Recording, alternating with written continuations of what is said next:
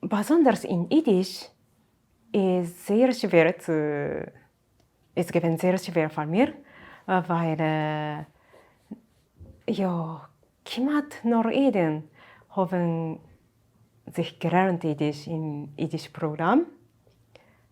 Es sind euch polnische Menschen, also du euch, sag, aber meistens, Mehrteil sind Eden. Also, sie verstehen Chavez oder, wie sagt man, gefüllte Fisch, nein, Goi oder etwas wie so. Aber ich verstehe gar nicht, wenn sie verstehen.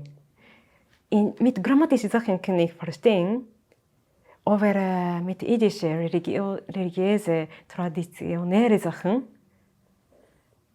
habe ich nicht verstehen gut. Und sie haben, wie sagt man, die erklärt, das ist das, gefüllte Fisch ist wie so und Koscher ist wie so und Shabbos Tomen nicht machen das und so weiter.